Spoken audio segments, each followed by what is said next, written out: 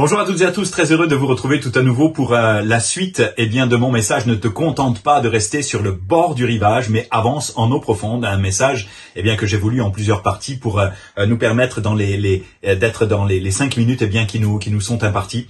C'est un message que j'ai tiré d'un texte passionnant de Luc chapitre 5 versets 1 à 11 et de Ézéchiel 47 versets 1 à 5 lorsque le prophète se voit traverser le fleuve de Dieu pour avoir de l'eau jusqu'aux chevilles et de l'eau jusqu'aux genoux. Et l'idée d'avoir de l'eau jusqu'aux chevilles, nous ramener dans la dimension de rompre ou cesser. Il faut que les choses cessent, il faut qu'il y ait quelque chose qui cesse dans nos vies, que l'on rompe avec de vieilles habitudes, avec de mauvaises relations, avec tellement de choses que l'on a vues dans le précédent message qui nous empêchent d'avancer pour avoir de l'eau jusqu'aux genoux. Et le mot genou en hébreu nous ramène à barak, en hébreu bénédiction.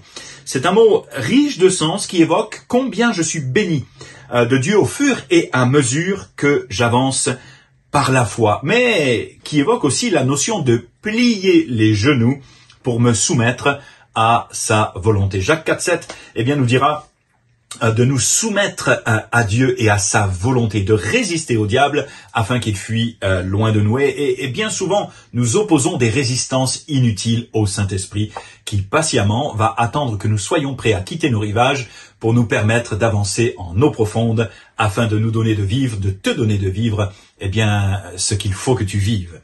Le plus bel exemple de celui qui va céder sa volonté au Père est bien sûr celui de Jésus.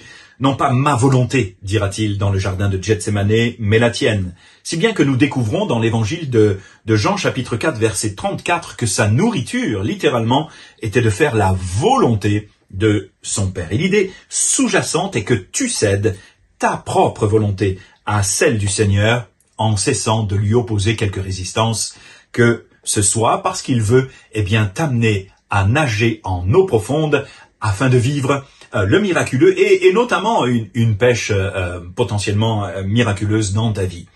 Le mot genou évoque aussi le fait, et c'est important, d'entrer, comme peut-être tu ne l'as jamais vécu, jusqu'à maintenant dans une vie de prière renouvelée et bénie. Une vie de prière qui va t'amener inéluctablement à avoir de l'eau jusqu'aux reins. Il y a quelques années, en 2015, j'ai vraiment vécu une expérience extraordinaire où un ami pasteur du Québec a commencé à prier pour moi. Au bout de 45 minutes, je me sentais vraiment pris par la présence de Dieu. C'était extraordinaire. Le Saint-Esprit était là.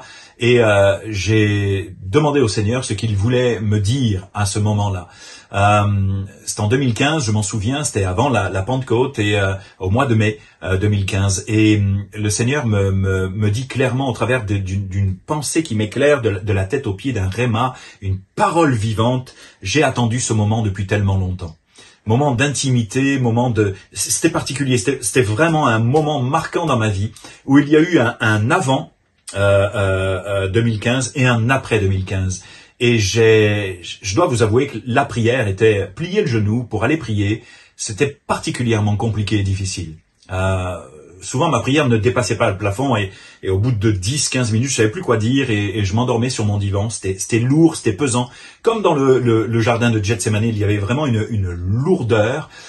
Et à partir de ce moment-là, ce réma et cette révélation de Jésus quant à son amour pour moi, sans jugement aucun, quant à cette parole qui résonne encore aujourd'hui en 2023, j'ai attendu ce moment depuis tellement longtemps, m'a amené dans une autre dimension d'intimité, de prière, de connaissance, de révélation avec lui et de temps de communion avec le Saint-Esprit absolument savoureux. Et c'est ce que je te souhaite de vivre, parce que c'est ce que Dieu veut nous amener à vivre, à avancer en eau profonde, avoir de l'eau jusqu'aux chevilles, que quelque chose cesse et rompe pour nous permettre d'avancer, quitter nos rivages, les rivages de nos peurs, les rivages de nos terreurs, les rivages de nos inquiétudes, de nos angoisses, de nos anxiétés, et que sais-je, pour avoir de l'eau jusqu'aux genoux afin de connaître son intimité dans la prière. Mais il y a aussi autre chose, c'est que dans le texte d'Ézéchiel, le prophète va être amené à avoir de l'eau jusqu'aux reins. Et c'est progressif.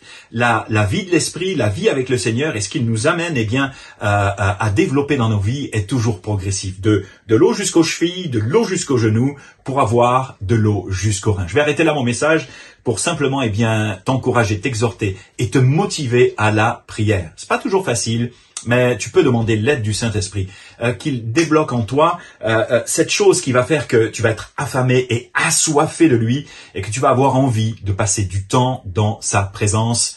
Sois béni, je te souhaite d'avoir de l'eau jusqu'aux genoux, de céder ta volonté à la sienne et de plier le genou dans sa présence pour des temps de prière savoureux. À bientôt pour de prochaines aventures.